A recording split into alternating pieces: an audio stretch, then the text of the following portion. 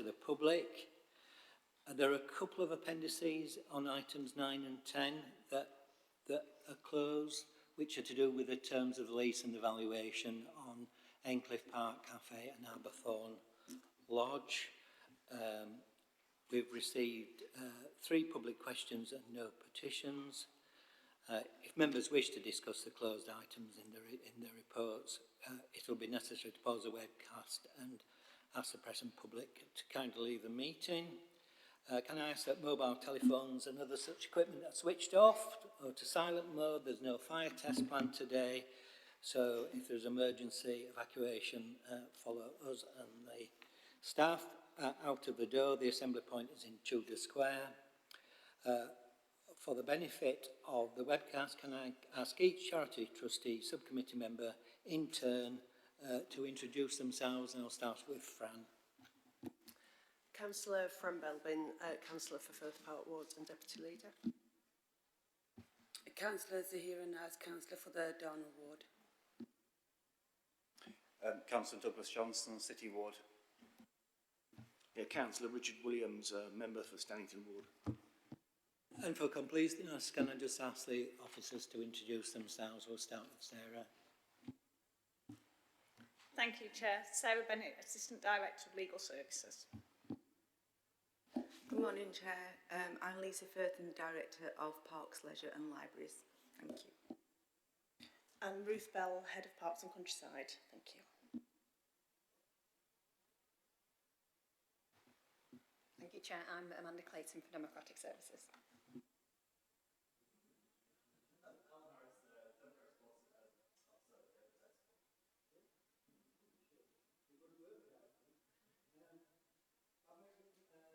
Apologies for absence. We're all here, not got any. No substitutions. Declarations of interest. Are there any declarations? No. Take that. I mean, I'm pondering on this, and we're all very careful about declarations.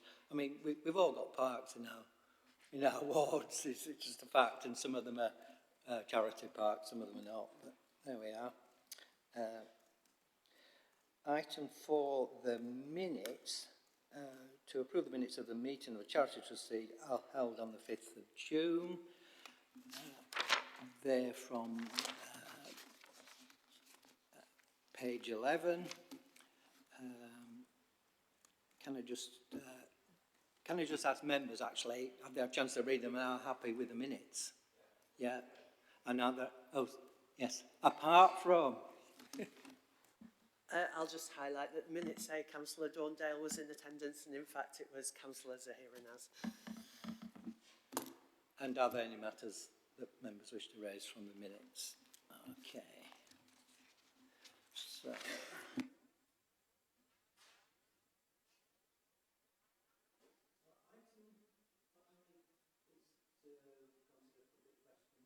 Is to consider public questions and petitions. We have received, it says, 3 public questions and no petitions. Now, for these 3 public questions, we've got quite a number of pages of answers, and mainly these are about item 8, which is basically the leases for parks tennis. So we normally take those questions at the start of the item, and I've said to the principal questioner that I'm very happy to go through every question for which I've got a prepared response. But what I propose, with their agreement, is that when we get to that item, come to the table and highlight the relevant questions that they particularly wish to highlight to us. And I've got an undertaking from Amanda here that we will publish the full list on the website as soon as we can, which will be this afternoon. And then we're all available then for people to come back to us on the answers that have been given. So that leaves us with some questions that are not about this, which I think are from friends of... Well, firstly, for the questioners, are you happy to proceed on the basis I've outlined? Are you happy to proceed on the basis? Yep. Okay, and are you, Caroline, happy? Okay, so would you like to come then, because you've got questions that don't relate to Hillsborough, and read out your questions? And you're welcome to read out the Hillsborough ones as well, because I'll say we're going to publish the answers that have been prepared.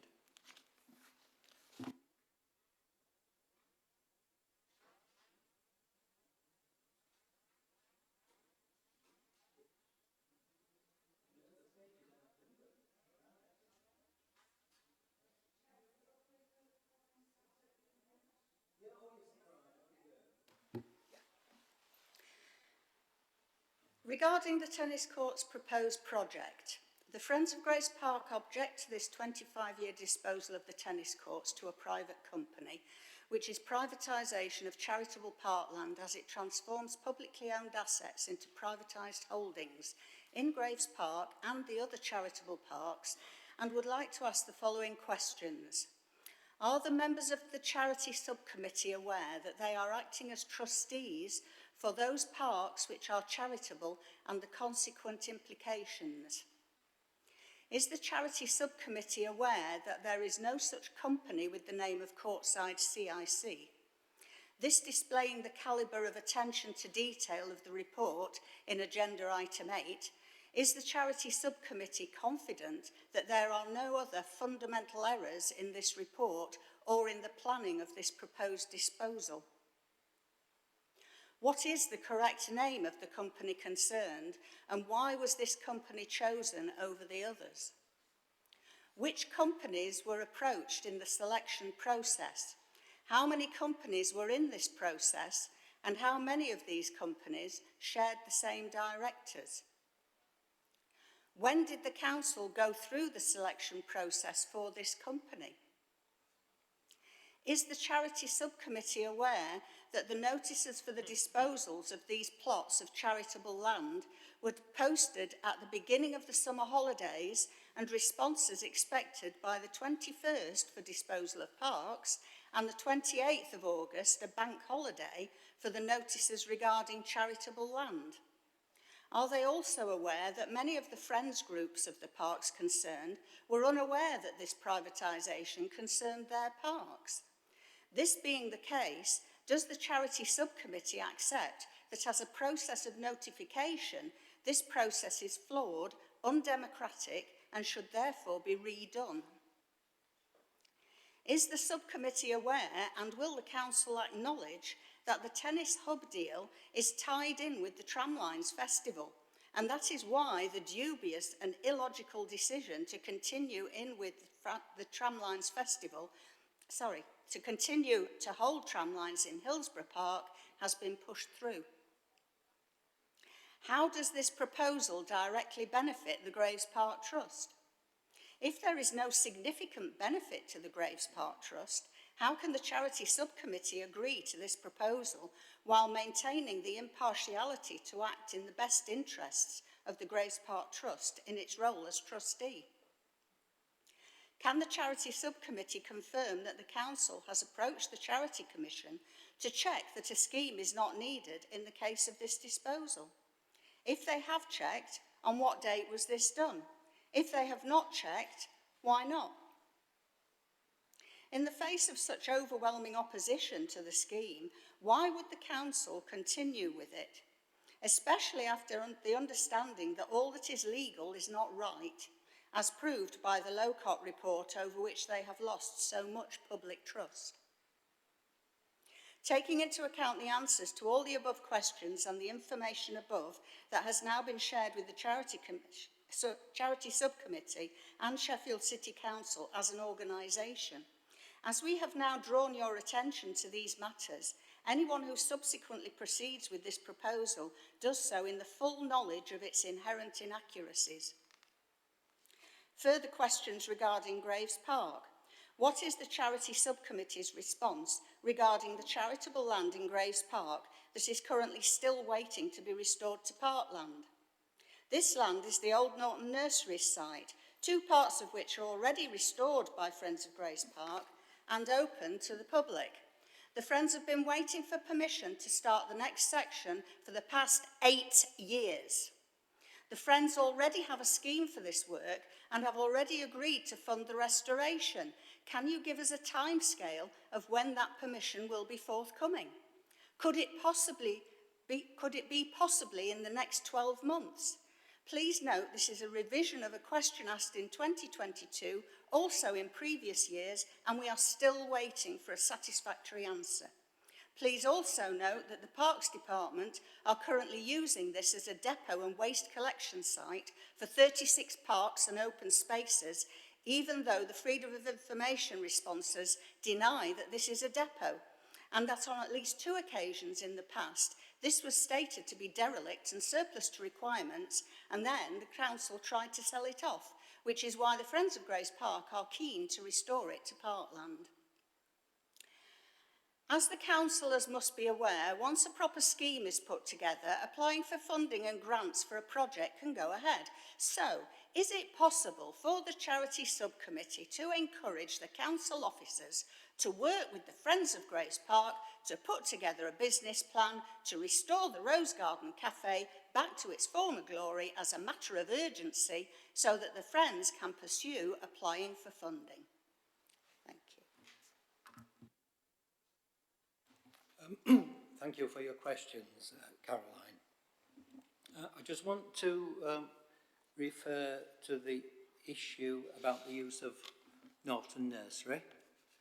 I chaired the original Hands Off Graves Park Committee, so I was there all those years, 20 odd years ago, and with the campaign that made and accepted fully that the land was charitable and held in trust and was parkland. And we've had an issue with the maps in the report as well. And it could be in the terminology, because is it a depot, is it not a depot? I take the fact that now it's being said it's not a depot and we accept it's charitable, and we've got the terminology right, and at least the thinking right, let us hope, that is a bit of a step forward. There is this review going on about council depots, and the answer is I'm trying to get answers. I really want an answer to, well, when are we going to get to? I'm with you on that as a ward councillor, but it's not concluded, is what I was told about a week ago. But there is a Freedom of Information request that reiterates a willingness of parks to leave. Now, whether they can be forced to leave under Charity Commission processes is a slightly different matter, which you can pursue. Regarding Rose Garden Cafe, question 2, I think we're fully on board about the need to get to some sort of answer as to the way forward, and I believe officers have been working on this, and I think that members may be a bit agreeable when we get to it to have an extra meeting just to get to a conclusion as to how we get at least a conclusion about how we move forward to get the cafe restored, reopened. And then I just wanted to make a general point about members' position as trustees. We're not trustees of a charity. We don't have the liabilities of charity trustees as individuals. Like the council appoints us as councillors to be on charitable boards, quite a number. And if you're there as a trustee of that charity, you discharge the obligations of a charity trustee.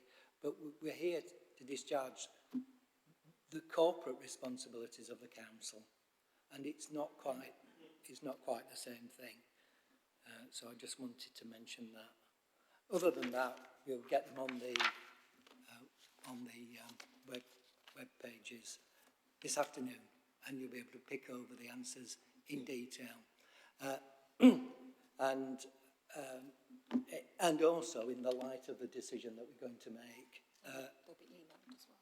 about the tennis arrangements, and they'll be emailed as well to you who've asked the questions, so you'll get them. Okay. Members' questions, are they? There aren't any members' questions. Maybe we're going to be some, but not now. Okay. Work programme. I was minded to take the work programme at the end so that we can get item 8 out of the way. Yeah, is that agreed? So item 8 is consideration of the objections to leases regarding parks tennis. It's in the report pack from page 25 to 80.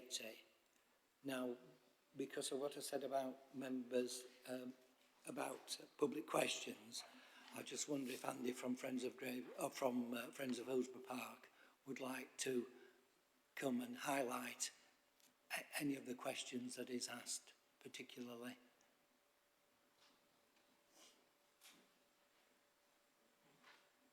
And I'm really sorry, we should have spotted, the pages aren't answered on the pages aren't numbered on the list of answers we've got, so we might have to do a bit of flicking through. Can I just check, are you happy with that arrangement, members? Yeah, we just have to make our best of it. Okay, over to you.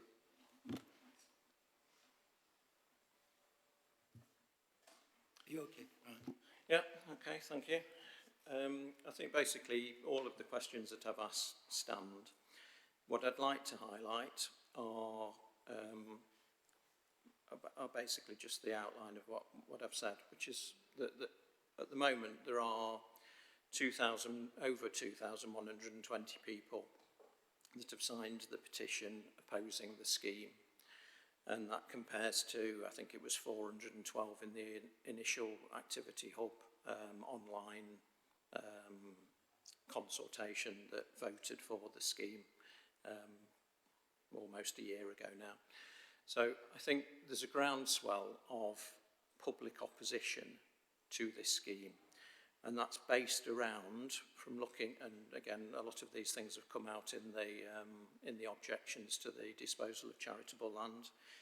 It comes around about a series of themes, and they're basically around the fact that there doesn't seem to be much evidence that physical activity, well, there's no practical evidence that physical activity will improve. And in fact, the survey that we did for 3 months demonstrates that 6 times as many people use the current mugger as use the tennis courts, and the 4 tennis courts are used for 11% of their available time. So there's issues about whether physical activity will improve. There's obviously, personally, there's a big question about the financial viability of the scheme. And because those details aren't shared publicly, then there's no way that we'll know whether it stacks up or not.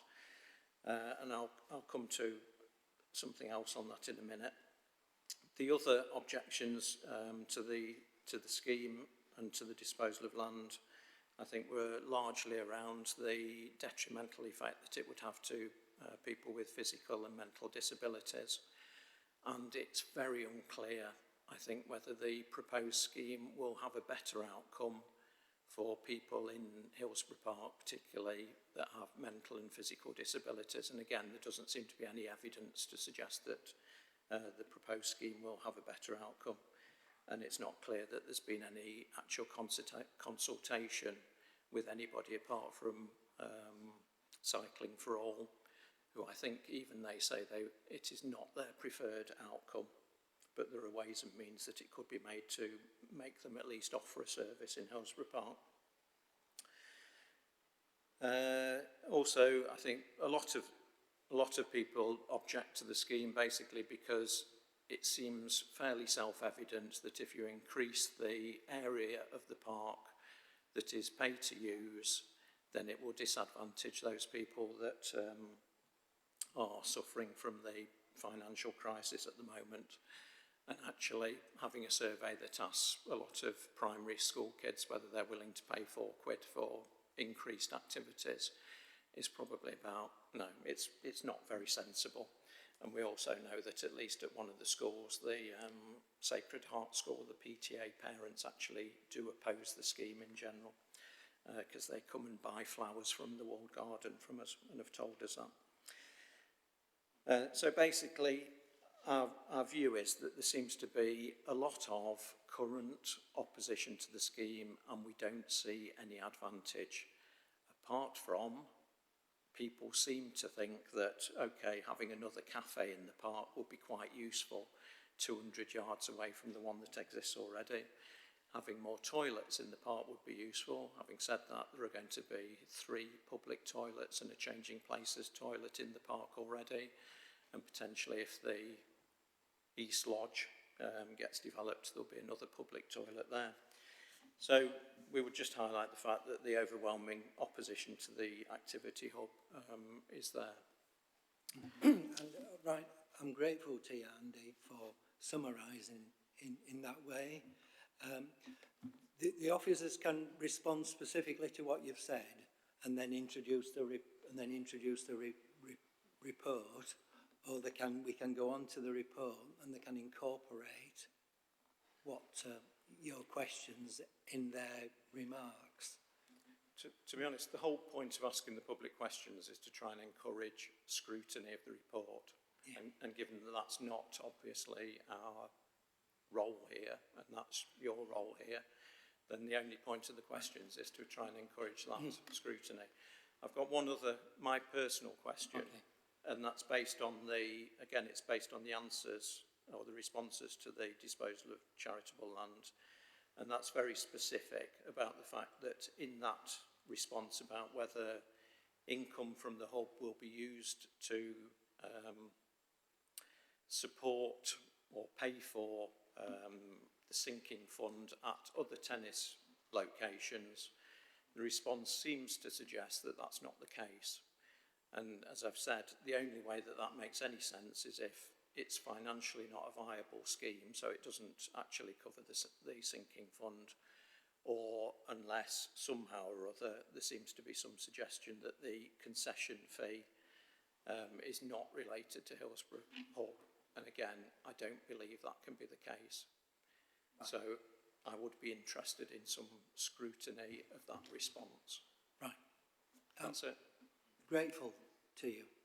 So, in that case, Ruth, would you like to, or Lisa, would you like to speak to the report?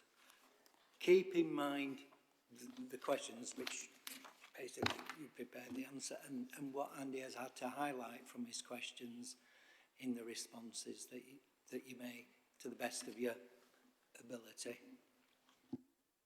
Thank you, Chair, and thank you, Andy, for raising those points. We've prepared as I have to try and follow this.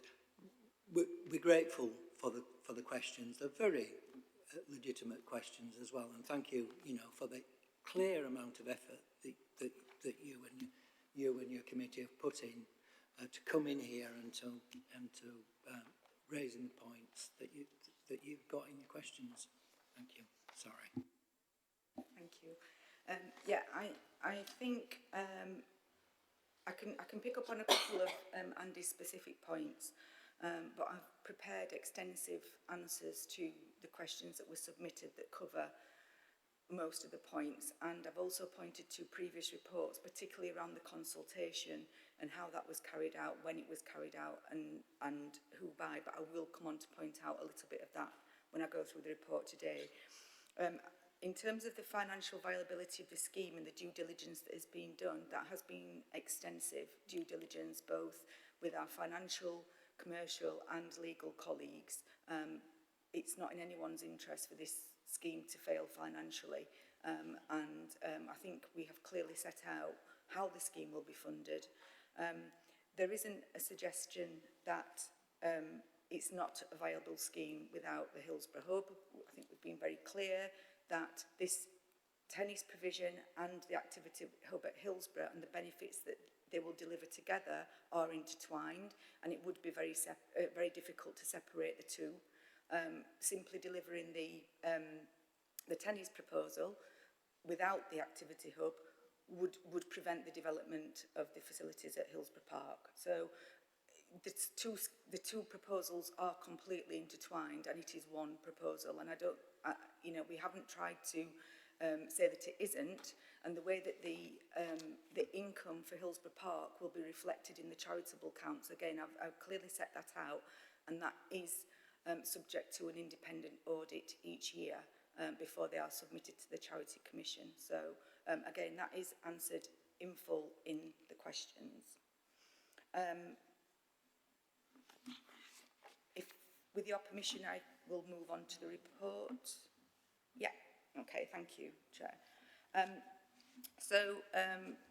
The report to you as Charity Trustee SubCommittee today is further to the Charity SubCommittee decision of the 5th of June 2023, which authorised the publication of the notices under the Charity Act and Local Government Act of 1972. This report compiles the comments, objections, endorsements of the proposed leasehold disposals together with our officer comments of the same.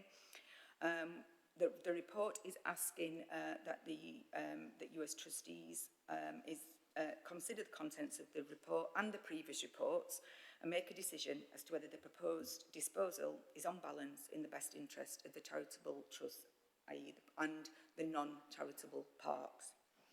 The decision that the Charity SubCommittee are asked to make on the basis of this report relate to charitable and non-charitable land. And this decision falls to the Charity SubCommittee because the decisions in relation to the charitable and non-charitable sites are indivisible. A decision could not, for example, be taken by another committee not to proceed and by this committee to proceed, or vice versa, as the contractual arrangements proposed apply to all the sites. So I just wanted to explain why you were being asked to make decisions on non-charitable parks as well. As we have prepared extensive reports previously, and we have got a lot to go through, with your permission, I will just highlight a few points in the report, just specifically to draw your attention to. So in section 1 of the report, I've summarised the proposal, why the disposal notices were issued following the subcommittee on the 5th of June, and specifically that this is to develop the disposal of the tennis courts by way of a lease at Hillsborough Park, Ecclesfield Park, Concord Park, High Hazels Park, Graves Park, Millhouses, Bingham, Hollins End and Weston Park. The ones that are starred in the report, and for those that don't have the report in front of them, that's Hillsborough Park, High Hazels and Graves and Weston. They are the charitable sites. And at 1.2 in the report, we set out a specific paragraph about Weston Park, and whilst the current arrangements will continue in Weston Park, we are seeking specific legal advice as to whether the current charitable scheme and the Talata Section 6 applies at Weston Park, and that will be for further consideration. In Section 3, we summarise the consultation and the consultation approach. Specifically, regarding the open space and charitable public notices, and these were advertised as set out by Ms Stewart on the 27th of July and the 3rd of August respectively, and we received 77 responses to those public notices. Of the 77 individual responses that were received, 76 objected to the scheme and 1 was in favour. Of the 76 objections, 74 of those 76 related to either the disposal of the tennis courts at Graves Park or at Hillsborough Park, or referenced parks in general. 1 was an objection to Concord Park and 1 related to Millhouses Park. There were no specific objections relating to Ecclesfield, High Hazels, Bingham, Hollins End or Weston Parks. Moving on to section 3.4 of the consultation chapter, following the Charity Subcommittee in June, we were asked to carry out further consultation as officers, and that is set out in 3.4, with some statements that have been provided by interested stakeholders in this project, and they include British Cycling, the National Centre for Sport and Exercise Medicine that oversees the Sheffield's Move More strategy, Cycling for All, Access Sport, British Cycling and Move More, as I've mentioned, and also from the Friends of Hillsborough Park.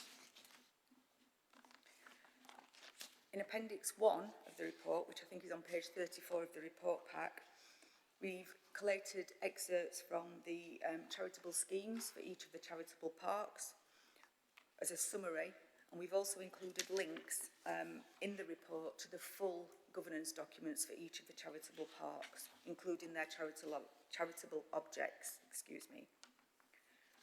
And then moving on to Appendix 2, which is on page 42 of the report pack, we have prepared a response, we have themed the objections into 14 main categories, and those 14 categories are set out on page 42 and include, I'll quickly go through them for the benefit of those that don't have the report. Objections to the length of the lease, general objections to disposal or reduction of access, Graves Park map was inaccurate, for which I do apologise, discrimination against financially disadvantaged citizens, disability discrimination, reduction of the size of the mugger, reduction of the hours of access, other issues which didn't fall into the other categories, no benefit to the park or the public, proposed pay-to-play activities that are already available in the local area, that specifically relates to Hillsborough, use of public finances, cafe facilities and provision, and the lack of adequate consultation. A response to all of those objections are set out in this Appendix 2 on pages 42 to, I believe, page 73? 77 of the report is where the response to those disposal consultations ends. And we've also placed a copy of the map that was issued for Graves Park, which omitted the area of Norton Nurseries. Again, I reiterate my apology for that. That was an oversight, and we've corrected that and put both maps in there. We don't believe that that has a significant impact on the consultation. Thank you, Chair. Just whilst we're on about notes, somewhere in those questions and answers, we make a reference to a charity interest company. I'm sure that's a typo because there isn't such a thing. It's a CIC. There's a couple of places where we say charity interest company, whether that's Russian. I apologise again. No, don't. As I say, I'll take on board any areas that I've made in the responses. I do apologise. It's just in case, you know, we get...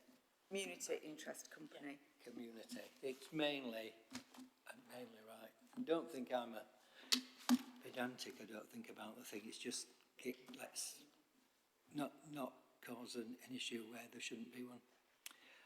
Right. Having heard the officers' report on their report, introduction, it's now up to members to raise any questions that they wish to ask of officers. Are there any indications on questions? Yeah, Fran. It's not so much questions, but there are a few points that I wanted to address, and in particular, perhaps coming back to some of the questions that were asked by Friends of Graves Park and Friends of Hillsborough Park, particularly relating to governance. I wanted to say, first of all, because I am also the chair of the Governance Committee, first of all, I wanted to say that, that I know several of us members have sought further legal advice on the position of ourselves as charitable trustees. And based on, I'm sure Sarah would be willing to share that advice if needed. Based on that, I am 100% confident that we, as councillors and charitable trustees, it is appropriate for us to take these decisions. And we've got good advice around that as charitable trustees, as a council as a charitable trustee, is about making sure that the parks are there for the benefit of the people of Sheffield. I think when we say charitable trustees, and we're all going to be doing it, we mean discharging the council's duty as corporate trustees of the charitable estate. Thank you, Ian. Thank you, Ian. That's if we can just be forgiven for Having said that, I think, you know, we could be clearer to the public about how that works, and I think that's something that we can pick up as part of the governance committee, that we are much clearer about that, because I understand where the confusion, where the questions have come from around that. And I do think as well that we can be reviewing the governance around parks, and that is something that I think members of this committee will be interested to do in the light of, and make sure that we are working much more closely with the stakeholders in those parks as well. And I'll come back to that point at the end of my comments. On the tennis scheme,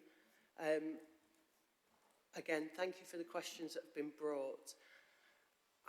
I do feel that with regard to most of the parks, I'm not really clear on why there are objections to Graves Park, if I'm honest. It feels to me that the objections around Graves Park fall more into the area around confusions around governance and so on than they do specifically around the tennis scheme.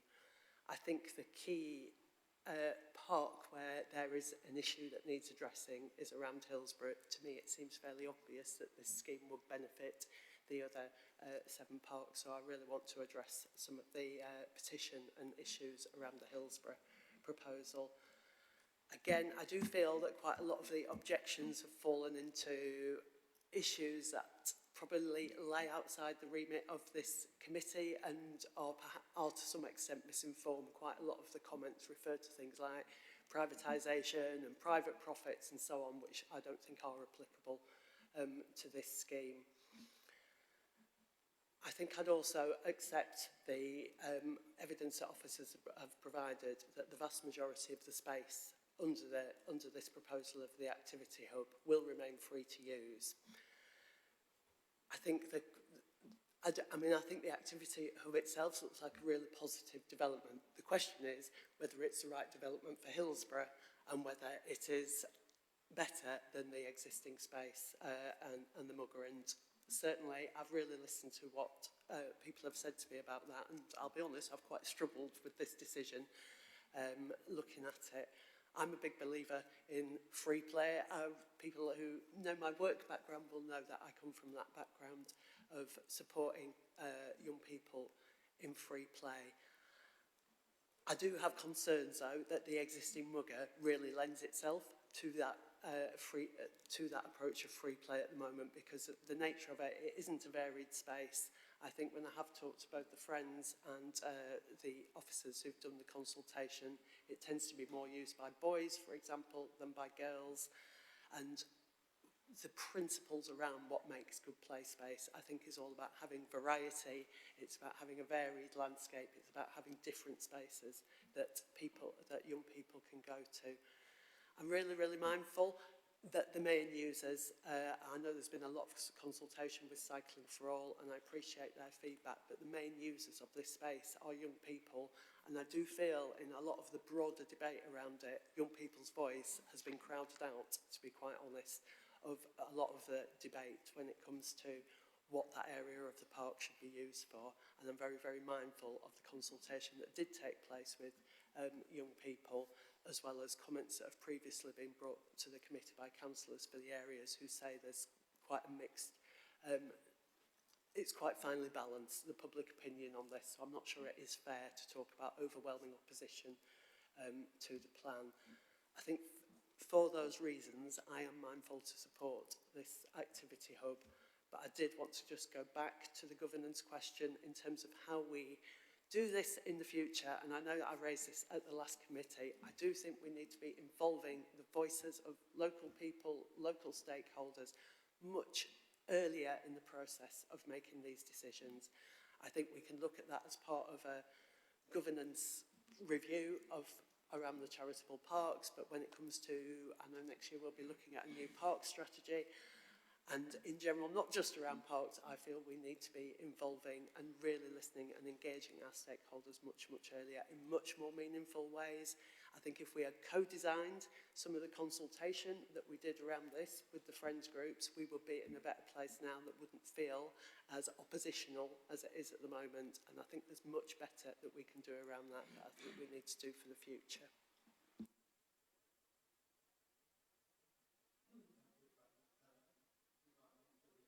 I want to reserve your right to comment further, but Douglas, you want to, were you indicate? Oh, okay, Lisa, yeah, sorry. Thanks, Chair. I just wanted to reiterate a commitment to Councillor Belbin's last point on the consultation, and that as officers we learnt a lot from the sport and leisure strategy consultation, and we will be adopting similar principles in future, particularly around the co-design of the consultation before we even get into asking people for their views. So I absolutely take that point. Thank you. I'm going to take an opportunity, make an observation then. I think that's welcome, and I think your questions are very welcome as well, Fran, on this. I mean, I've taken a look now, I've gone through all the stuff. The Building Better Park strategy, that went through Cabinet in November 2018. And then I was reminded in March 2019, I mean, the old Economic Scrutiny Committee and Environmental Scrutiny Board, it came there. I was vice chair of that committee. Gone back through that, I asked lots of questions, particularly about charitable parks and disposals and things like that. What the Better Parks strategy was saying, in my opinion, and the scrutiny, and it passed through scrutiny, no, there were no counter proposals. Well, we've got, we've got an issue, and we've got to try and change how we do things, and almost that implies significant changes, perhaps, in how we manage things, particularly non-statutory services, and parks are non-statutory. But that might have foreshadowed some of these things, and I've been wrestling with how as members and how as committees, we actually sort of like talk with the public about where some of this might be leading.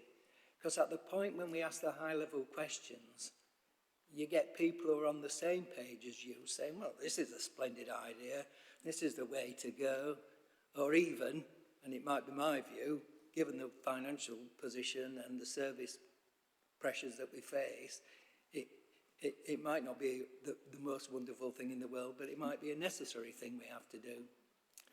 But that's what we need to get, I think, to the bottom of it. And I think all around the table we've wrestled with how do we get that right.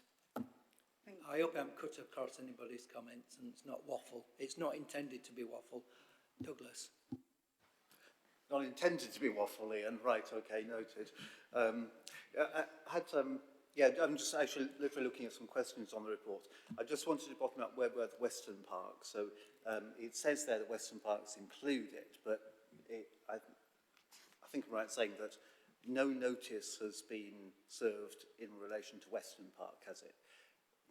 Not at all. So there's been no advertisement of that. It's not been proposed for disposal, which is probably why there's been no objections to Western Park specifically.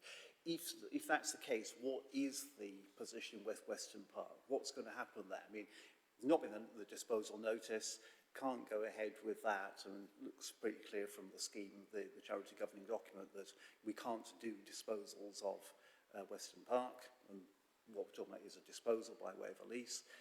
What is the plan for Western Park? You're absolutely right. No notices have been served at Western Park. We've taken legal advice as to what the current scheme allows us and doesn't allow us to do.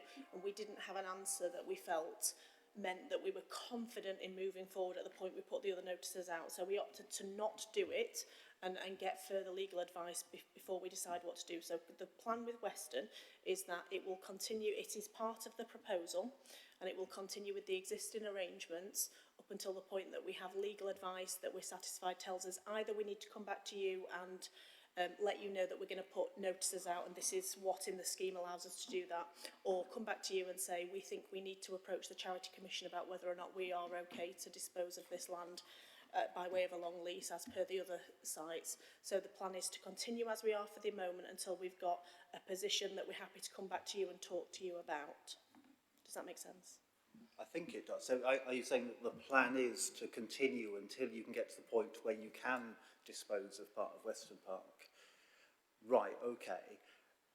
Isn't that a demonstration of how we're trying to do this for the benefit of the Parks Department and by effectively disposing of the assets of the charity.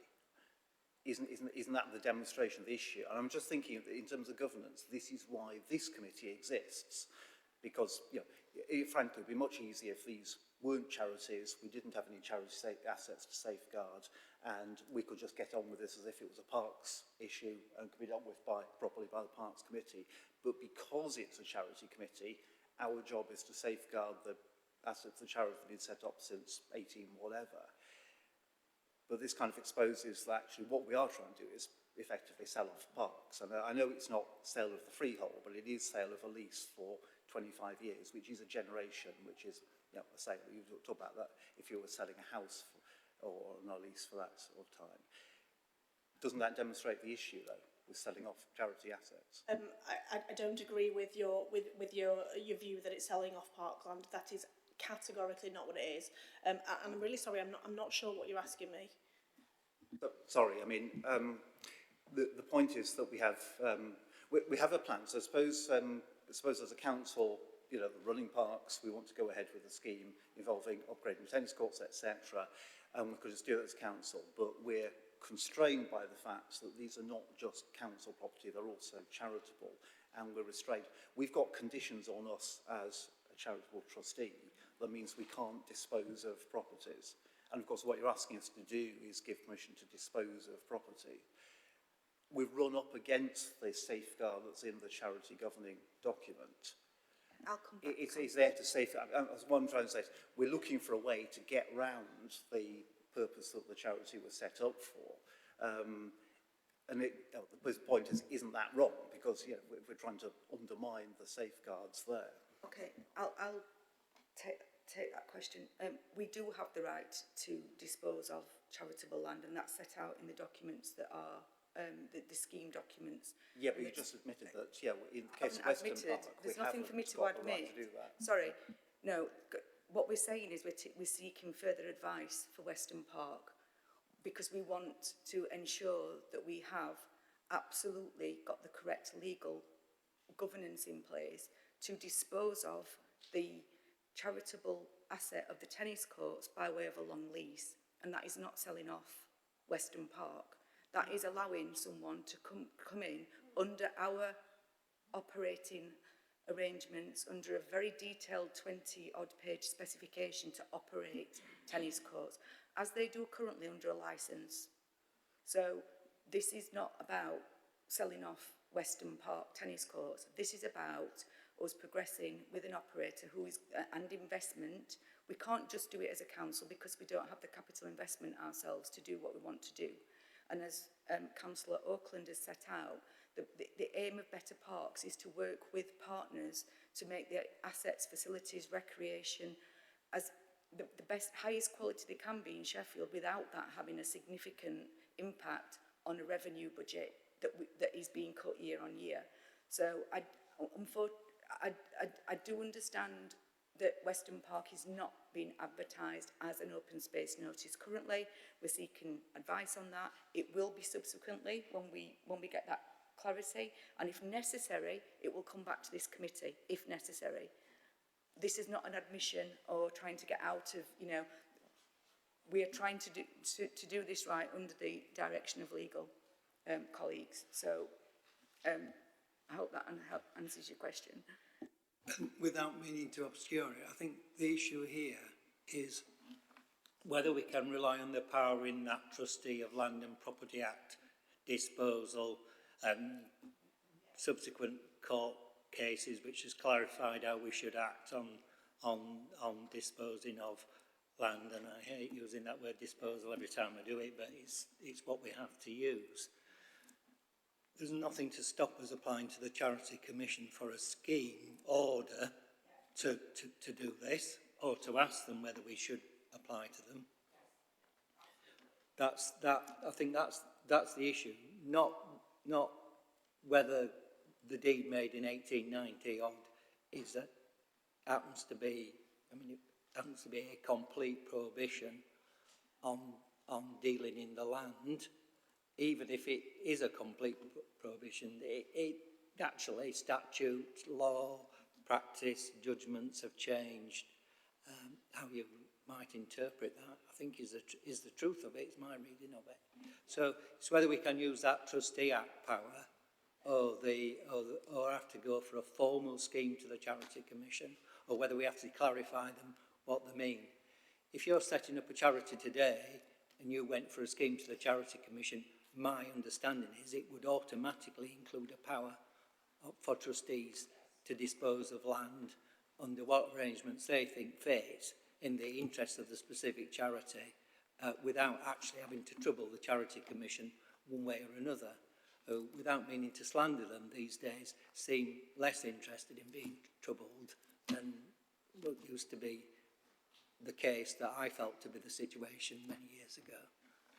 That's not meant to be waffle either, it's just meant to try and say that's what they're driving at, I think. And I think they were also worried, trying to be straight about it, about trying to seem like they're bouncing a recommendation on us, i.e. we're fixing the scheme, or we're fixing the circumstances so that we can dispose, as opposed to we're fixing the scheme so that we can dispose, because that's just what we want to do today.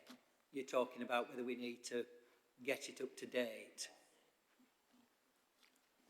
Okay, yeah, not full solely in terms of, getting up to date, I mean, the point of my question is to sort of highlight the tension between, what we're doing in the interests of, a council with really constrained budgets now, and we all know that parks budgets have been cut massively, and that's not a good thing, but against the long-term interest about the assets, the charity. And it's not about really whether it would have been helpful if the charity had been set up when it was. It's just the fact that it is. So from a governance point of view, I mean, you've clearly identified that there is a problem with the Western Park charity, and so as things stand, I think we accept that we can't grant a lease of them at the moment, but it kind of highlights the issue and the tension there. I probably should say, I know we kept talking about selling off parks, and it's that sort of slightly deliberately emotive use of language, but I mean, we are talking about a disposal, and a disposal is by way of a lease, isn't it? And we're talking about a lease for 25 years, so I should clarify that is what I'm talking about. But I mean, I think several people have raised objections about the length of the term. To be fair, the council doesn't have a good track record with 25-year contracts with outside companies. It is a generation, so it is something that once it's entered into, it's not our generation that can do anything about it. With Western Park, going back to Western Park, I was wondering what actually is a proposal. So one stream of work is you want to look at the legals to see if you can find a way of disposing of the tennis courts by way of a lease. I mean, how long will that take, and what's the plan in the interim? And then I'll come back on the 25-year. We're talking weeks, stroke months, not a very long time. We're working with legal at the moment to understand exactly what the scheme says and whether we need to modernise the scheme in light of what we're wanting to do, or whether actually we're just clear that everything is covered in the existing scheme. So we're talking weeks. But what we didn't want to do was act when we felt we were able to on the other schemes. We didn't want to act at the same time. We wanted to take the time and assess what we should do. So weeks. There's no reason we couldn't come back. The next committee is scheduled for November. There's no reason we couldn't come back then with at least an update, if not with an action plan. If I can add to that, Councillor Johnson, we're not saying that we can't grant a lease in Western Park or there's a problem. What we want to do is update that scheme to make sure that we're absolutely relying, as Councillor Oakland set out, on Section 6 of Tillata Act. So we just want to have absolute clarity, because we don't want to do something that is not transparent. In terms of the 25-year lease, there is a break and review of that lease at 15 years. In terms of the operating contract, as I said, there is a 21-page specification that sets out exactly the terms and conditions on which the community interest company will operate the tennis courts, and that also sets out our expectations of local authority, and that gives us the right to terminate those arrangements should they not meet to the specification that we're setting out. So if everything goes well and they deliver exactly what they need to deliver, and then there would be no reason to look to break that specification before we review it in 15 years. However, we do have the right to do that if they don't basically meet our outputs and outcomes that we're looking for in that specification. So we do have some right of reply to them. Thanks. I mean, there's a difference between the operating agreement and the lease there. In terms of Weston Park, though, I mean, what happens with that? And frankly, what's Courtside's position on this? And how does it affect the finances if we can't grant a lease of that site now? So we've not had a specific discussion with Courtside about the finances. They currently operate Weston Park tennis provision under a licence. That could continue. That does, in theory, have another 4 years to run. So my advice to Ruth and her team, in conjunction with Sarah and the legal colleagues, is to seek clarification on the legal position, and if necessary, then have any following discussions that would be needed. But for now, the Courtside will continue to operate Weston Park under that licence. So, do we have confirmation of that from Courtside? I mean, because yes. Well, I mean, it's not in the papers, is it? The whole at this point, Councillor Johnson, it doesn't need to be in the papers because we don't know what the position is. But the problem is there's a lot we don't know. I mean, what we do know, though, is that this whole scheme is based on the fact of Courtside getting a lease of the 9 sites, isn't it?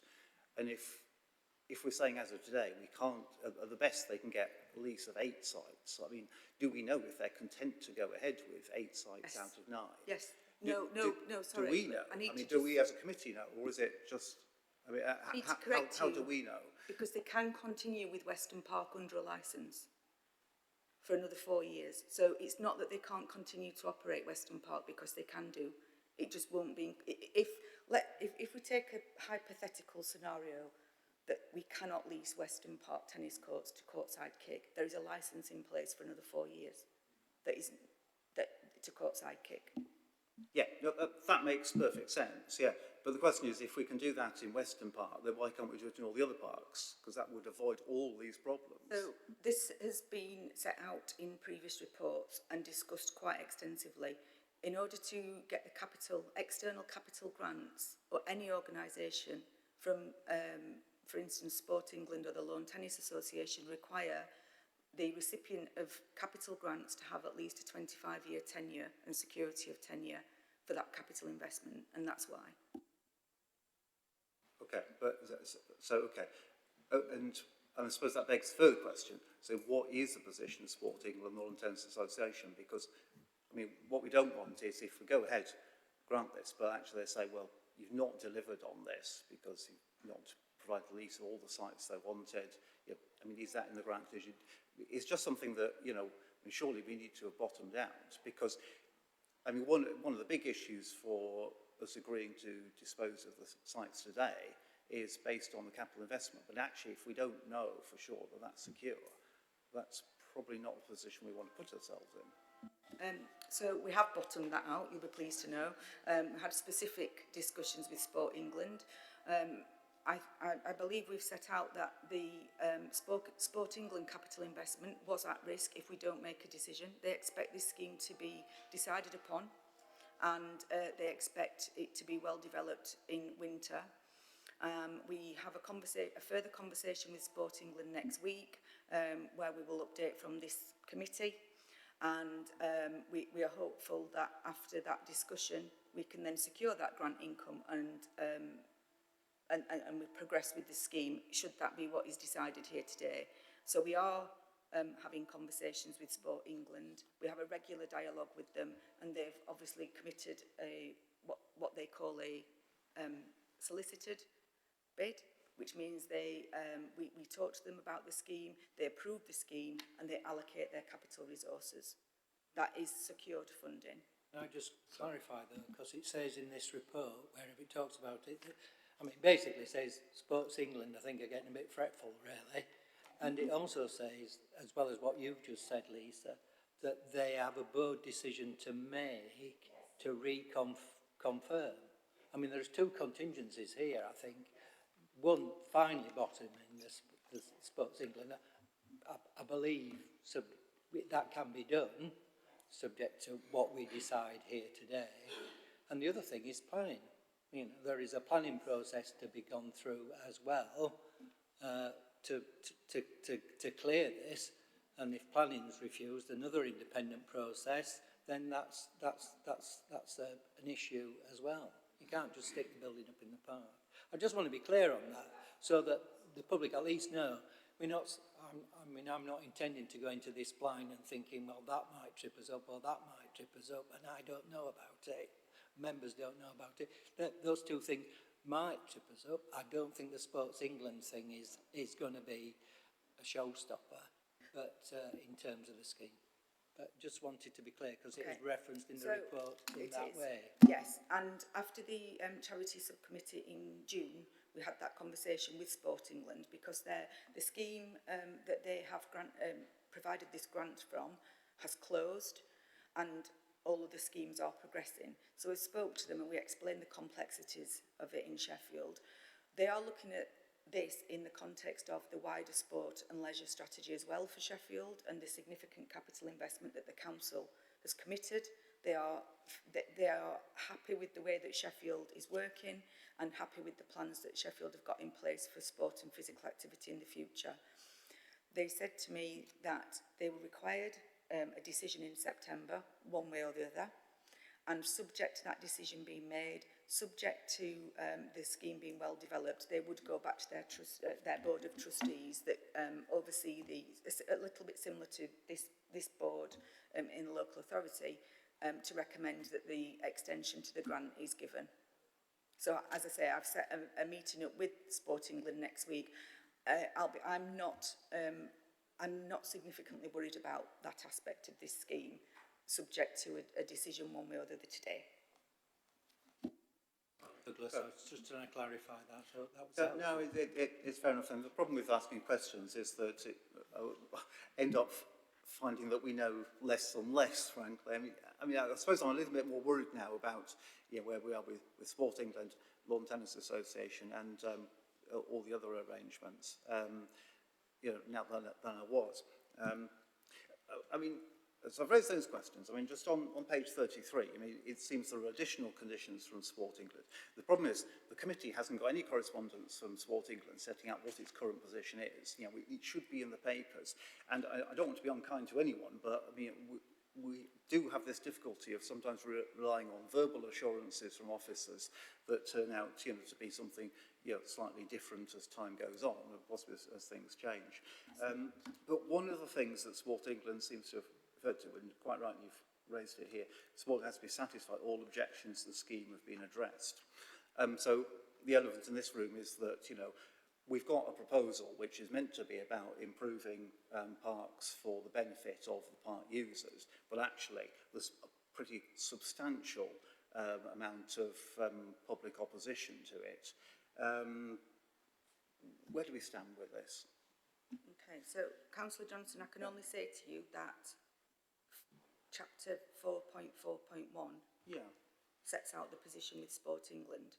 I've added additional dialogue to that paragraph following your question. That is the position with Sport England, and it is included in the report for completeness so that trustees can understand that position. Yeah, okay.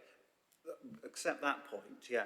What I'm saying is we're proposing something which we're saying is for the benefit of people of Sheffield who use parks. People who Sheffield use parks say they don't want this. Seems to be a pretty good reason to accept that actually they may be telling the truth. People don't want it. People actually want what they got now and don't want to lose that. That would be, my take on it. I mean, you'll realise you'll find it difficult to persuade me that it is still a good idea to go ahead with this money and, and spend it. I mean, we've got a lot of objections. Yes, and again, I've acknowledged in the public questions that will be posted on the website, we acknowledge we have received a lot of objections. There were 80 objections to the open space notices and 607 responses positive to the consultation that was done. So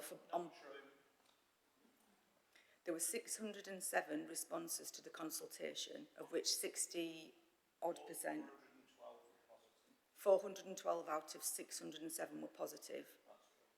Thank you, Andy. I've answered that. I have put the correct figures in the public questions that will be... Sorry. As opposed to the 77 objections that have been received. So on balance, there is positive feedback in that consultation. And I would also say that the team that have worked on this have done one of the most extensive and thorough consultations now that I've seen on one project. And that has been an iteration of consultation following feedback from yourselves, from this committee, from the Friends of Hillsborough Park, from other stakeholders. And I believe there is significant consultation evidence in the report. And I'm not trying to persuade you, I'm just making a recommendation from it, as set out in the report as I see it. I wasn't going to dwell on the past consultation because that was considered the previous committee, and I said what I thought was wrong with it then. The majority of the committee decided to go ahead. But, I mean, if we're on consultation, I mean, I'm perfectly prepared to accept the figures that you put forward about saying that 600 odd people responded to the consultation, you know, many were in favour. But, you know, let's be clear, there's a consultation. Do you want some better facilities? You know, obviously the answer is going to be yes. What the consultation didn't draw out very well is exactly what will be lost. And you remember the difficulties it had even getting courtside to agree to have a sort of sketch, a visual of, you know, what could be offered there, and therefore what would be lost. You know, fact is that, like Fran said, you know, there's a lot of young people who use that. There's a really important role of having, you know, fully open access space there. And it's not, appreciate, it's not that it's going all together, but you know, whichever way you look at it, it's a reduction in that. From Cycling for All, you know, despite, I mean, obviously you've spent a lot of time with your team trying to mitigate the impact on them, but it's still, they've got less space than they would have otherwise. You know, it's still a negative impact in that sense. You know, so the question is, you know, do we still want to go ahead with this project? You know, do we have the confidence that it's the right thing to do, or are we just going to be seen as sort of pushing it through despite what's now quite a large number of objections? My recommendation to you as a committee is to proceed, and for all the reasons that we've discussed previously, and because of what I've set out in this and previous reports.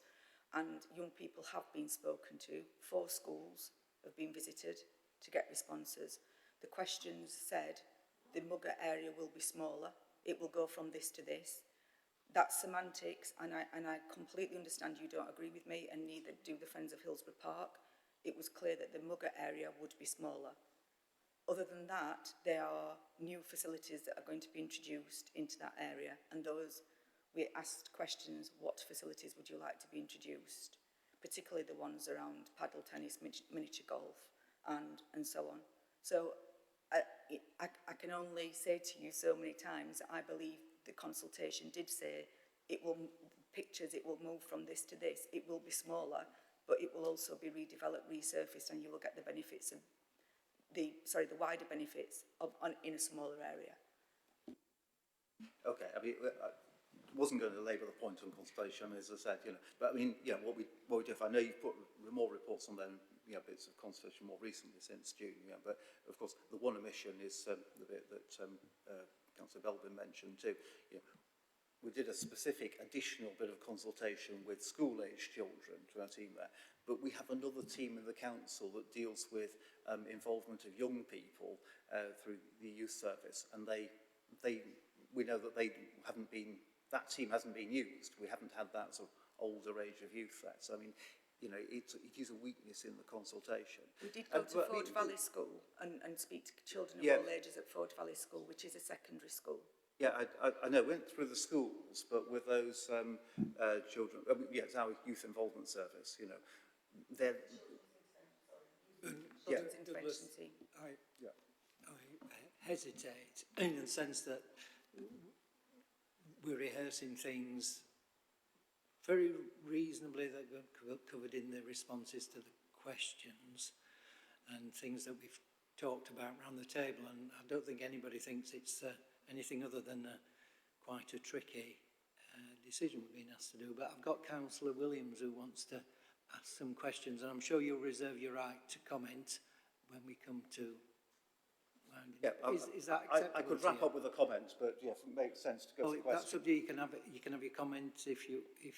Oh, okay. Well, I'll tell you what. Otherwise, we'll bring Richard in. Are you happy to defer, Richard? Yeah, of course.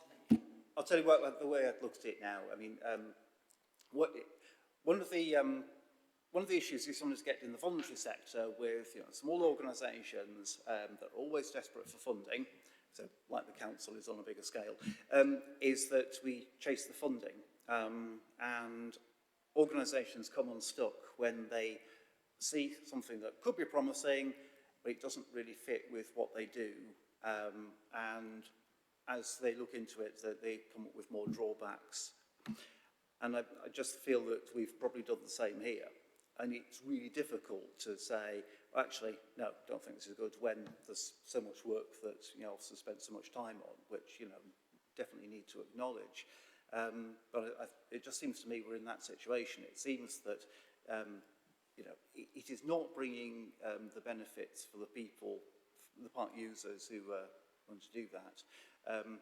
The benefits seem. There's so many things where it hasn't been thought through, which we've just gone over. There's issues with the disposal of the leases, and said right back at the beginning, the safeguarding of charity assets. You could have a scheme like this that didn't actually require those leases, but it does look as though the whole sort of development of the schemes are under trouble, and we're actually just chasing the funding just because there is funding from the Lawn Tennis Association because of what they want to promote, and I'm just not persuaded that it's still right to go ahead, frankly. And there's not much more I can say to that, but that is, I think, the position that I'm in there.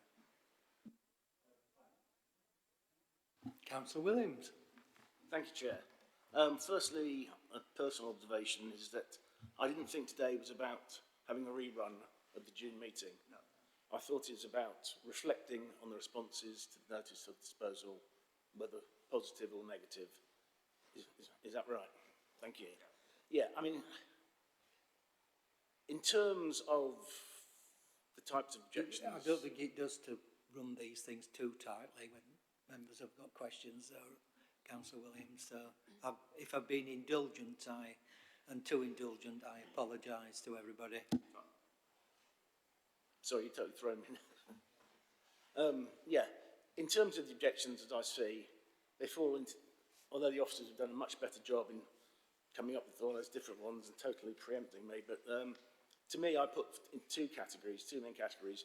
Those are people who really just don't want the scheme to go ahead, and I respect that opinion. It's perfectly legitimate. And also those who are concerned that disposal, which is a technical term, is really the start of a process of selling off chunks of land by stealth or whatever. And I fully understand that. I know the history, particularly in Groves Park. I wasn't anywhere near the council then when it happened, but there's been a lot of press about it. To me, as far as I'm concerned, looking at it logically, a disposal via a lease is nowhere near selling off the land. It is a perfectly legitimate arrangement between somebody who is investing and running the scheme and protecting their investment so that they can actually recover their costs. I think it's perfectly legitimate. And what I would say as Chair of Community Parks and Leisure, whilst I may not have the authority because I'm only a chair, I'm not a cabinet member, I would fight any attempt to sell off land. I'll give that personal guarantee. I'll do everything I can to avoid that. It's quite interesting because since June, I've spent a little bit of time researching the original documents for when these parks were given away, or given to, from Mr. Groves particularly. And the one recurring theme and phrase that was used was for the benefit of the residents and people of Sheffield. And I don't see anything in what we're trying to do today that is in conflict with that. I don't think, in my personal view, doing something in Graves Park which benefits parks in other parts of the city or in Hillsborough is in conflict with what he was trying to do when he was giving away these huge chunks of land.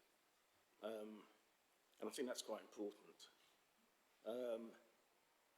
My questions are really, firstly, to do with cycling for all. And I went and saw them, and they're very keen to, yes, in an ideal world, they would just like the status quo, but they recognise also that there are potential benefits. Are we getting anywhere in terms of providing additional facilities for them throughout the city? Because I know that's one thing they would like. My second question is actually, to a large extent, Douglas has raised this, the funding for Sport for All. You've covered it off, Lisa, in 4.41, but my concern is there any way we can end up in a situation where we've committed, signed contracts, and the funding doesn't come through from Sport for All? So if you could answer that one. And finally, in terms of the leases, I'm reassured that there are break clauses if necessary. In terms of monitoring how the performance of the contracts are going, whose responsibility will that be? Will it be this committee? Will it be Community Parks and Leisure, or Zahira's committee in finance? And just to be reassured that it will take place. Thank you. Thanks, Councillor Williams. Just on your last point about who will be responsible in terms of the oversight and which committee, I think that falls into Councillor Belbin's point earlier as well about the governance, and I think we do need to have that discussion. My initial reaction would be into the Communities, Parks and Leisure committee, but if you would be kind enough to let us have that discussion around the governance, and then we can give you absolute clarity. Yes, there is a break clause on the lease at 15 years, and in terms of cycling for all, we haven't progressed significantly on the other sites, but we have talked to Cycling for All about what kind of thing they want to do. They might not necessarily want to replicate exactly what they do at Hillsborough Park elsewhere, so we're having those discussions, and then we can look at which parks would be suitable for them. In terms of Sport England, we will not be signing any contracts with anyone until I have had the conversation with Sport England next week and get absolute clarity that that funding is forthcoming, that the grant is forthcoming. So it will be in that order, not the other way around. Thank you. Any other points that members wish to raise? I've got a couple of, one or two things to ask. At the end of the lease period, what the lease falls in, we've got buildings. What's the state of the buildings and tennis courts going to be in, subject to planning at the time when they're handed over, even in 25 years' time? And my second point, somewhere in all of this paper is pointing out that the council as a whole across the charitable estate and the non-charitable estate is putting in 363,000, and part of that, I can't remember whether it's the 180 or the 183,000 is repayable by a loan, and it says it's 13% of the total investment that's going in. So that's a public figure, and I've just done a sum that works backwards. That's an investment of £2.8 million, according to my maths overall. I mean, it's just simply taking the arithmetic here. So it's a substantial investment over the length of the contract. Is that correct? The figures that you've given aren't quite right. The 13% refers to the council's investment in it, which is the prudential borrowing, which is the figure of 180 that you mentioned.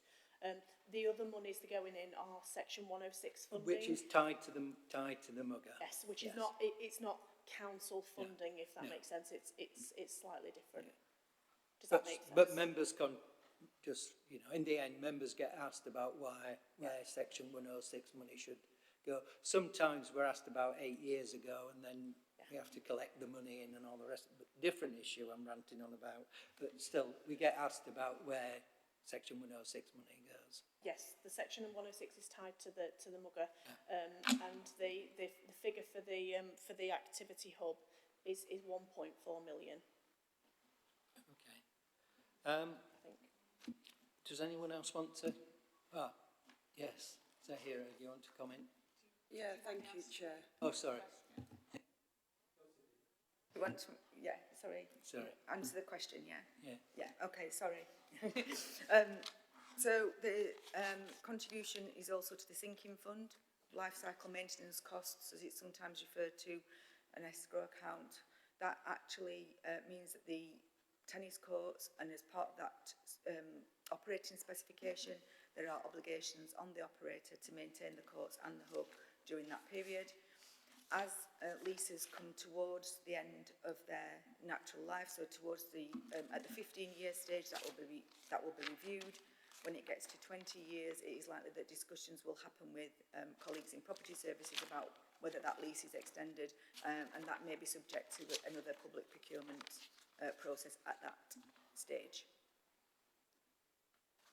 Thank you. Thank you, Chair. The tennis courts in High Hazels Park in Darnall are quite popular, and local people welcomed them a few years ago. I agree with Councillor Balbin's point around co-designing consultation. That's so important. You know, we should be working with the friends of groups and not in opposition. It's a difficult decision for us, you know, looking at all the responses, and we've read every single one, and it's not easy for us to support this, having read that, but I'm also mindful of the benefits for local people, and, you know, I will support the recommendations, but we have to learn from this, and I think that's really important. I don't want to really be in this position again when people feel that the consultation didn't really work for them. Yeah, so that's my point. Thank you. I'll just reiterate the point that I made after Councillor Belbin's, that we will absolutely take that on board. Thank you. So, my reflections are, firstly, as an aside, I quite like the governing document for Weston Park because it includes a provision for a local management committee. I think we should be implementing that sort of idea, and I'm glad to hear that Fran's committee, without any commitment one way or another, is at least looking at that, because I do think that a lot of the problems we get into would be eased by, and also independence, because, and chances are, if you've got a local area committee, it's probably going to be cross-party. If it's single party, it's because everybody's very happy who votes for one party or another in that area. So I think, you know, I push the merits of that wonderful idea, but leave it to others to decide. And I certainly think we should operate the Weston Park charity in that way.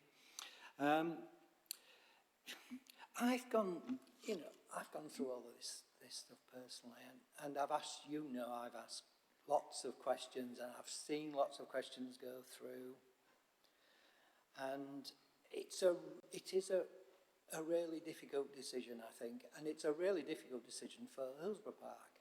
I mean, because I've looked at Hillsborough Park, I mean, the bit at the end, which before the meeting started, I was told was doing very well, that's gone into some sort of sporting arrangement.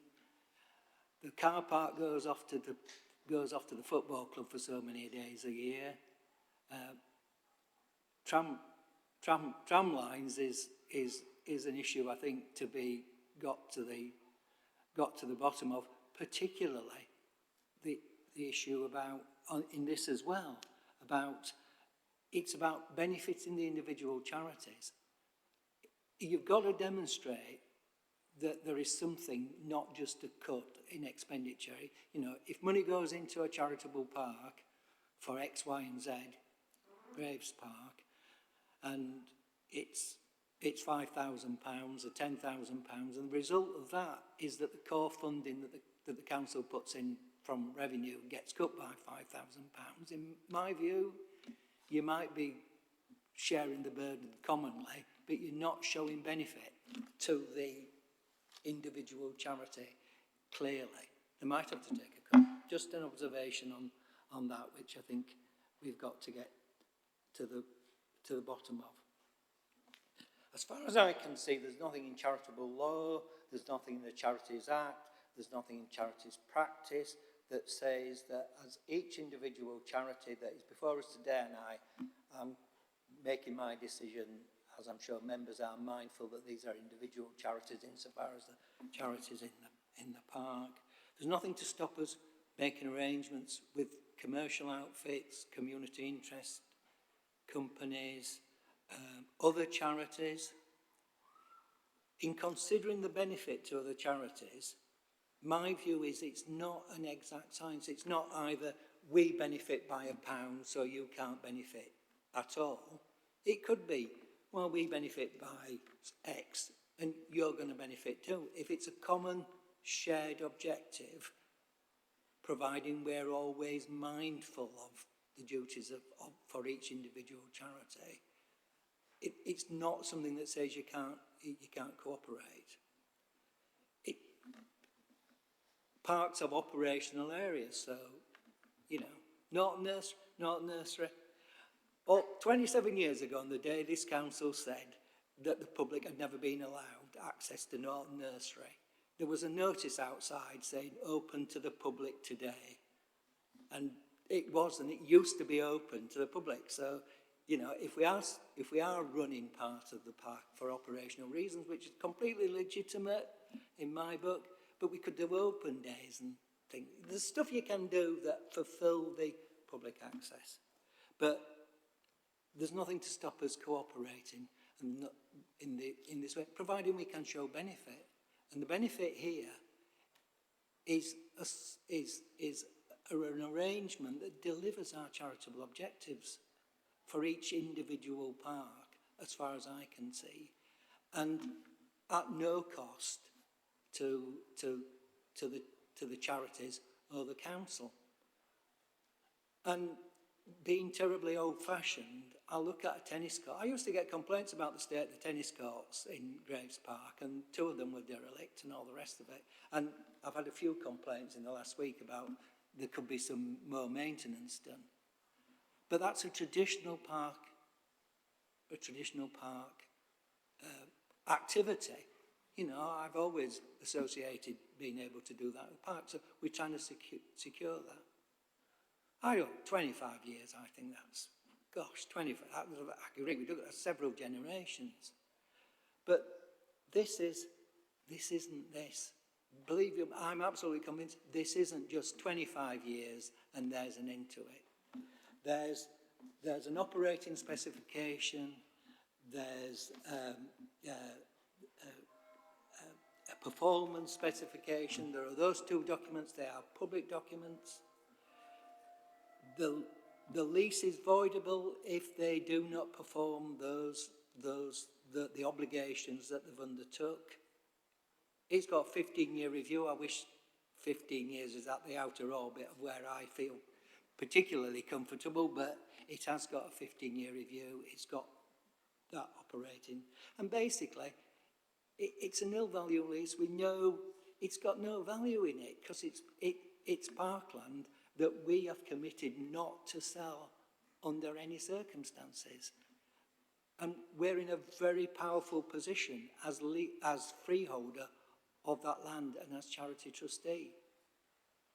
And there are bits of it that we've not been able to share. And part of looking at governance, in my opinion, is to be able to say to people that we're partnering with, look, if you want this to be understood by the people we're meant to serve as a charity and as councillors, we've got to be able to share some of this.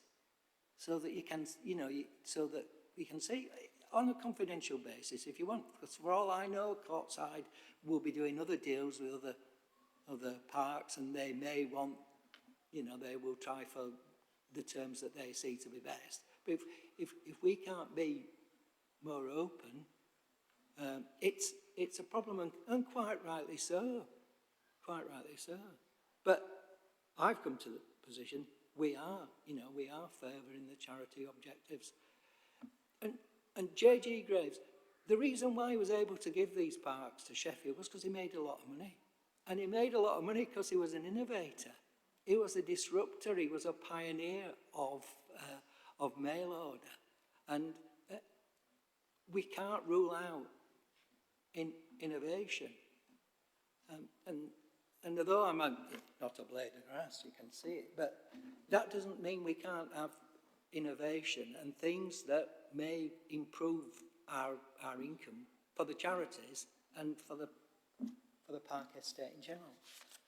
I've got the deeds for Graves Park. Forgive me for ambling on into this particular bit, and I've read the stuff about Hillsborough Park. And the land was in perpetuity. The land was given. Well, I hope we can keep it in perpetuity. But he does say that the corporation may determine how the land is used. It's used for open space in such manner and subject to such regulation in all respects as the corporation may from time to time determine. And there's a similar clause in the other deeds that we've got. So in relation to these assets, we do have a power to make regulations and to make arrangements. And I don't find anything in the end in this that's contrary to that spirit, that arrangement, that gift, and present day circumstances that we face. So I will be voting for the recommendation. And I feel pretty clear about the conscience in that, and it's the right thing to do. The issue about the recommendations that we're asked to put on page 26, I don't know, because I've scrolled something down, Richard, and I know you've got something to say. Shall I just say what I've got to say? So, after recommendation 2, that we request officers to closely monitor and report back on the operation of the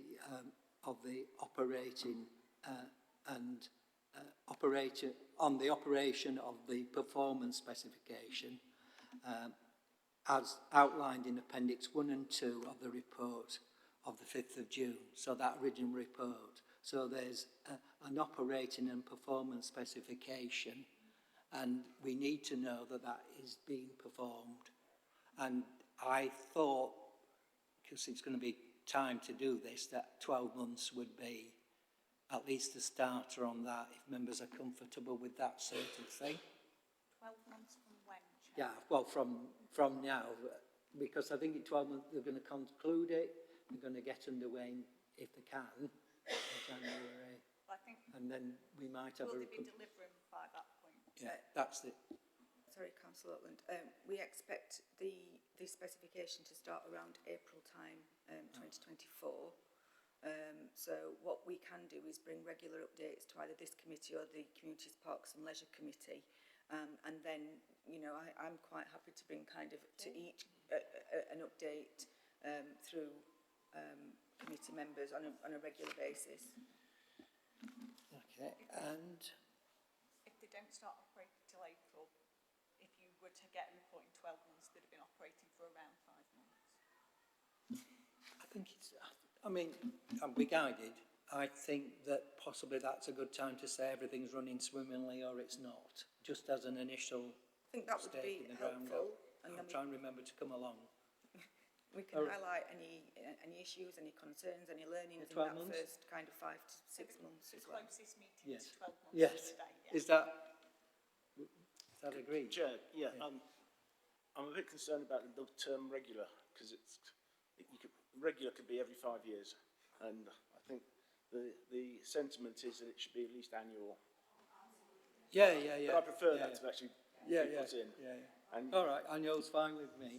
So I think, Chair, I think you're proposing, obviously you're not voting on all the recommendations yet, but you're proposing an amendment to the recommendations that would add a recommendation 3 that officers monitor the performance in accordance with Appendix 1 and 2 to the report from the 5th of June and bring a report back here in the meeting closest to September 2024 and thereafter annually.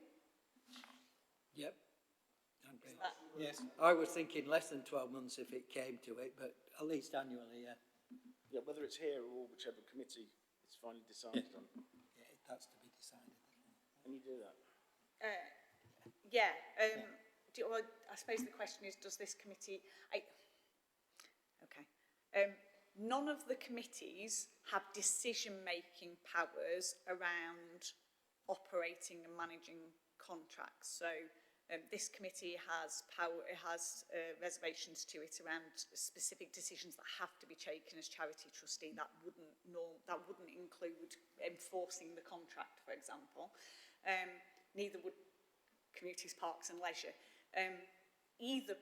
Either committee or both committees could ask for an update on the things relevant to their functions. The most relevant thing to the functions here would be obviously the leases. So I don't see that this committee can't ask for a report back, but there is a question as to whether the report does need to go to both committees, and I imagine Communities, Parks and Leisure will also be looking for an update. So it depends what you want it to say. Do you want it to say that there will be an update to a committee, or do you specifically want the update here? There'll be an update to this committee, for sure. Is that, yeah, that's fine.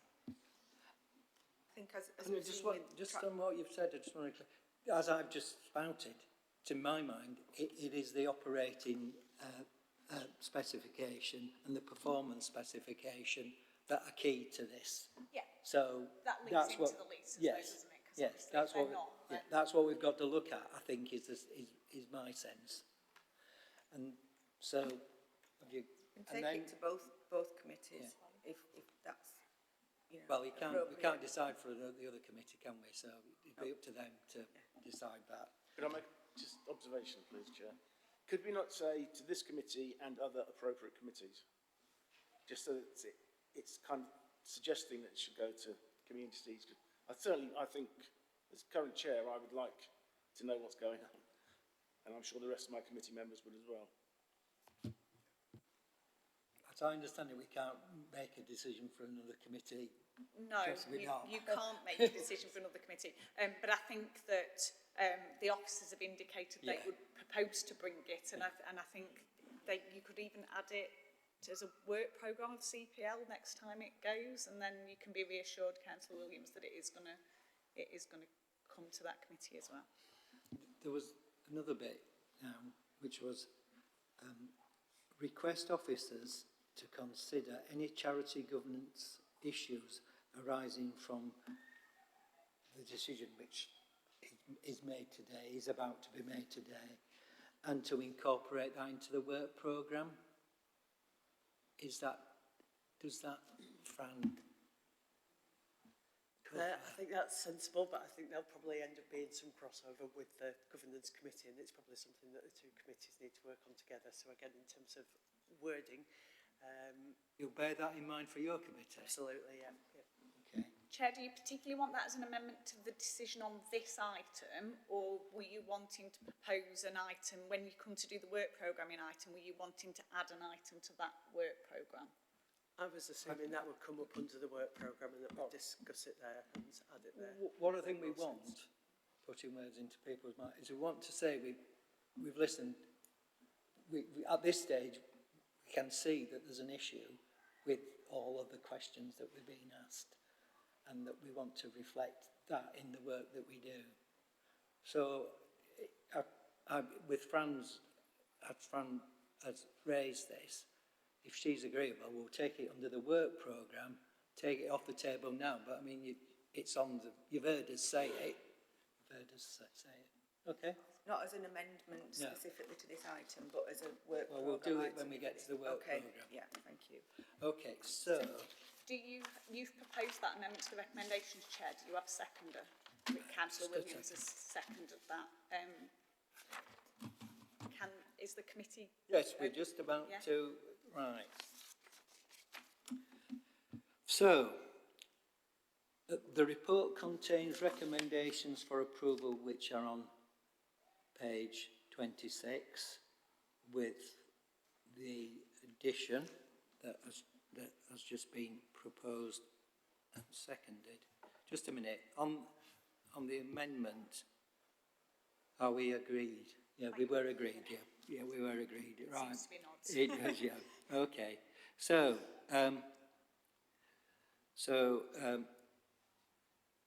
I'm to ask, are we all agreed? Yes. Right. No, I mean, as I indicated before, I mean, I'm not satisfied. I'm going to vote against the recommendation here. I also just would ask that to be recorded in the minutes. You know, so I'm not satisfied. So, can we proceed by a show of hands? So, those in favour of the recommendation? As amended. Members against? Chair, can I just clarify? Councillor Johnson said he'd like it to be recorded in the minutes. Are you asking for a recorded vote? So that it'll be recorded who voted which way? It's fine. That's fine. Because, It's all right, we just don't yeah. normally record names unless it's specifically requested. Okay, thank you.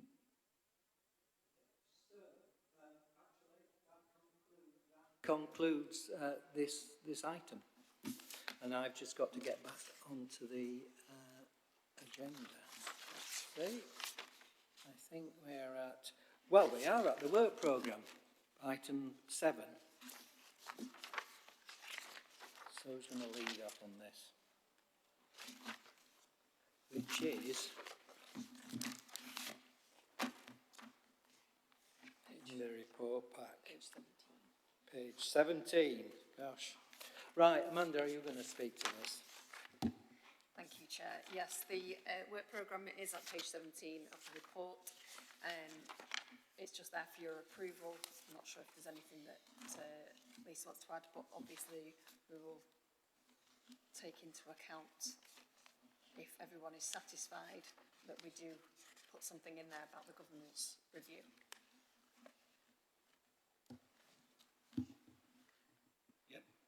I think that's agreed. Agreed? Sorry, just going to check that point. We're going to discuss the governance of this committee. Was that your suggestion? I think what would probably be sensible would be to set up something like a task and finish group made up of members of governance committee and this committee to work on this together. So would seem the most sensible way forward to me. But I think we'd obviously have to take that through governance committee as well. So let's put it on our work programme then. Yep, got to understand that. Yeah, okay. Thank you. Yeah, I think what I heard as well was that we need to do a specific review of how we govern and how we manage charitable accounts, particularly charitable parks as well. Is that forming part of the same item on the work plan, or do we want that as a separate item on the work plan? It seems to me sensible to discuss all those issues in the round. So yeah, keep them together. Yes. Okay, there is another addition to the work programme. It's really, officers are working, they will confirm on proposals for Rose Garden Cafe, which has been going on for a while. And I believe that it is possible that they will have some definite things to report to us on progress and even suggestions for moving things along very shortly. And as this item of considerable public interest, I would like to say that we should add it to the work programme, and I would like to propose that members consider having an additional meeting in October simply to consider the item of Rose Garden Cafe, refurbishment, reopening, the future, and that alone. hopefully to move it along to a clear path to getting to provision of a cafe in Rose Garden in the park. And is that acceptable to members? Yes. Right. So I think maybe separate from this meeting, we'll have to find out where you are and get a date in October to convene an extra meeting. I do apologise to members for this, but in a sense, it's been going along and we need to make progress. I totally agree with that, Chair. I just wanted to say, if appropriate, it's come up a number of times about the Norton Park arrangements. Could we add that at some point to get proper reviews on that through this committee? Because it seems... It means Graves Park, Norton Nursery. Yeah, Norton Nursery, yeah. That's completely fine. I'd suggest not doing the two together, because there's the Rose Garden Cafe and then No, there's the not Norton, together, but just... But yeah, absolutely. Put it on the work programme. No Because at the moment it's floating along in the background, and I know there's a lot of local concern about it. Will continue to float. Well, personally, I think it's welcome that. It's a hot topic. It has been till the cafe situation, surely for a long time. It's this review. You keep saying there's a review. All right, great idea in my opinion. Can members agree to that? 7th of December. In that case, any other points on the work programme? With the amendments we've discussed, that's agreed. So, that leaves us with, ticking these boxes. Chair, just apologies, I'm going to have to leave early about 11:55, just so you know. Okay, thank you. So, that leaves us with item 9, Endcliffe Park leases.